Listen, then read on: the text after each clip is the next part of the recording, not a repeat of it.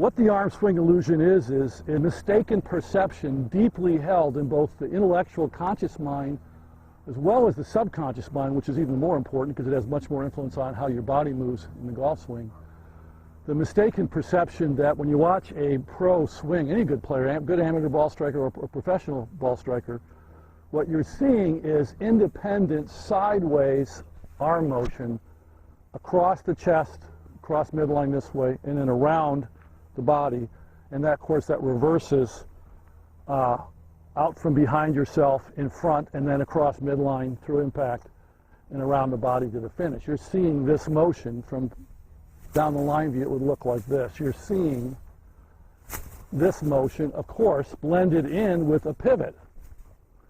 Now, one reason it's such a powerful illusion is, yes, indeed, there is sideways motion of the arms in the horizontal dimension from the pivot.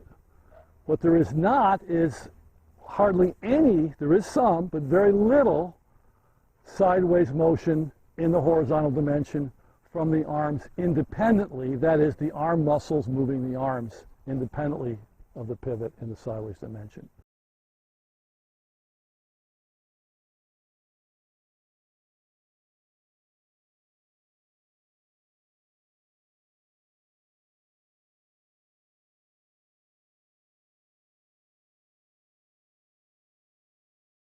This is the Module 2, the arm swing illusion. This is the concept I'm probably most well known for in the golf instruction world.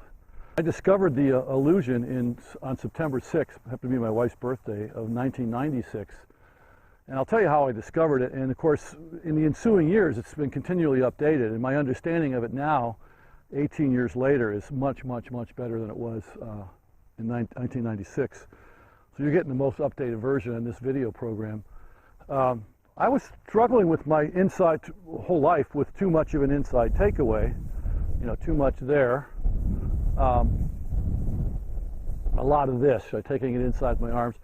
Because I was taught as a youngster, and people, my idols were Snead, Hogan, Nelson, Bobby Jones, all these great players talked about swinging the arm sideways this way.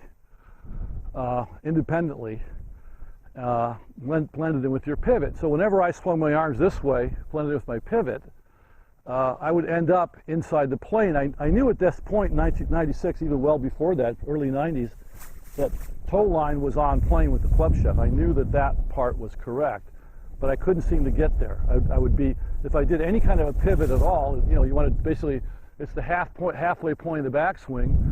You want to rotate to around 90 degrees, so you want to go about halfway there, around 45-degree chest turn by the end of takeaway. If I did that 45-degree chest turn and also moved my arm sideways even a little bit, I was way inside. I was either a little bit or way inside, but I wasn't here. I couldn't figure out, how do you get there?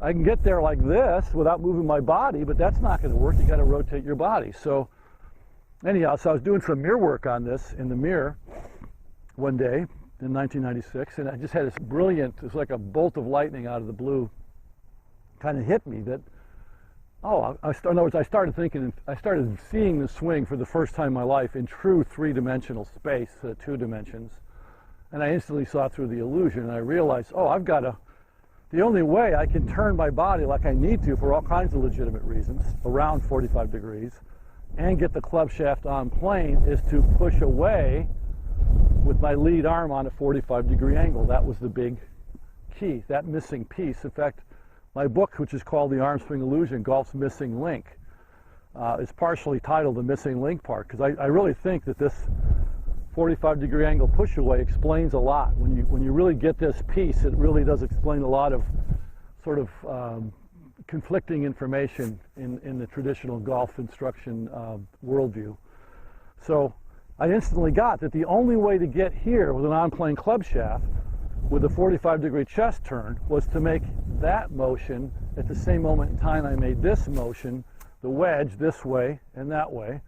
And when you do that motion while you're doing this motion at the same time, blended together with good timing, you're making an on-plane takeaway. That was the big light bulb.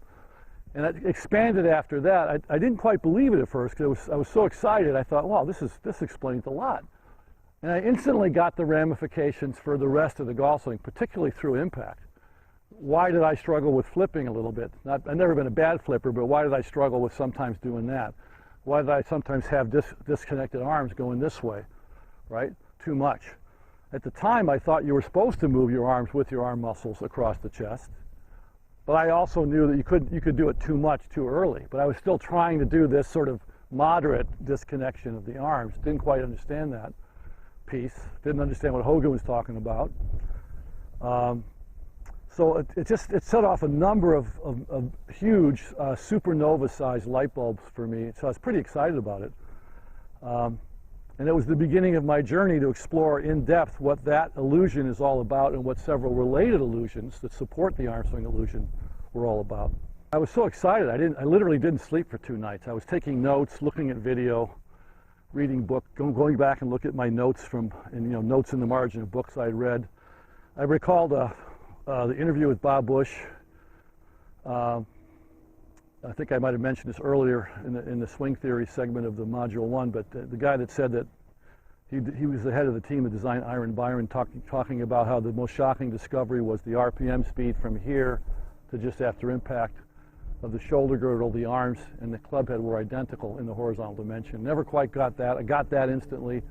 Got the propeller, tip of the propeller hub, that RPM MPH illusion. Got the related lever illusion, how a small degree arc of rotation at the pivot end of your body, the core of your body, makes the club head move several feet. That came to me. So I was just going, they were going off like supernovas, the light bulbs. But I also knew, being a good amateur scientist, which I have been, I consider myself an amateur scientist. I had a strong interest, really early interest in science. Didn't end up getting a degree in science, but it's been sort of a hobby my whole life. I knew that you're supposed to try to disprove your hypothesis to see if it can take the heat, right? Can withstand more critical analysis. So I looked at it from a lot of different ways to see if I could disprove it, especially looking at a lot of videotape. And I saw that, yeah, there were some people on tour who were violating the law of, let's call it the law of the arm swing illusion, to some degree at certain points in the swing, and then therefore having to compensate. But the modern swing, the ones where the club is moving on the original plane from, from here to here, and then raising up to a higher plane, more vertical plane, but the plane angle staying the same throughout the swing. That swing, the more efficient-looking swing, the Justin Rose, the Billy Horschel, the Jason Day, people like that, Adam Scott, the ones that had really pretty-looking swings, Martin Keimer. I sort of got what they were doing, right? And they were actually matching what my research was showing about the illusion, even more than some of the older great ball strikers from earlier eras.